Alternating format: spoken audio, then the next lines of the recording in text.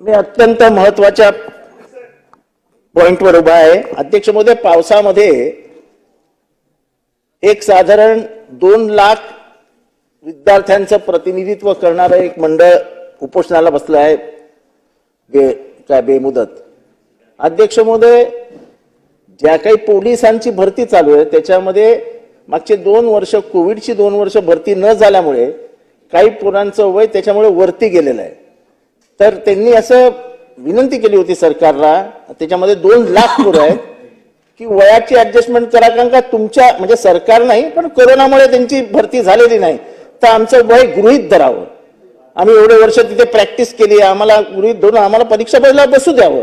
तर मला वाटतं सरकारने हे गांभीर्याने घ्यावं आणि त्यांना न्याय द्यावा। दुसरी गोष्ट, ऐन पावसाळ्याच्या दिवसामध्ये हाजी मलंग येथे पावसाळ्याच्या दिवसांमध्ये घरं पाडण्यात आली आहेत। खरं नियमानुसार आणि कायद्यानुसार पावसाळ्यात घरं पाडता येत नाहीत, तरी देखील अतिक्रमण असलं तरी पाडता येत नाही, पण तरी देखील ही घरं पाडण्यात आली आहे। सरकारने याचा गंभीर दखल घ्यावी, शासनाने याची दखल घ्यावी। राजू नवगुरे।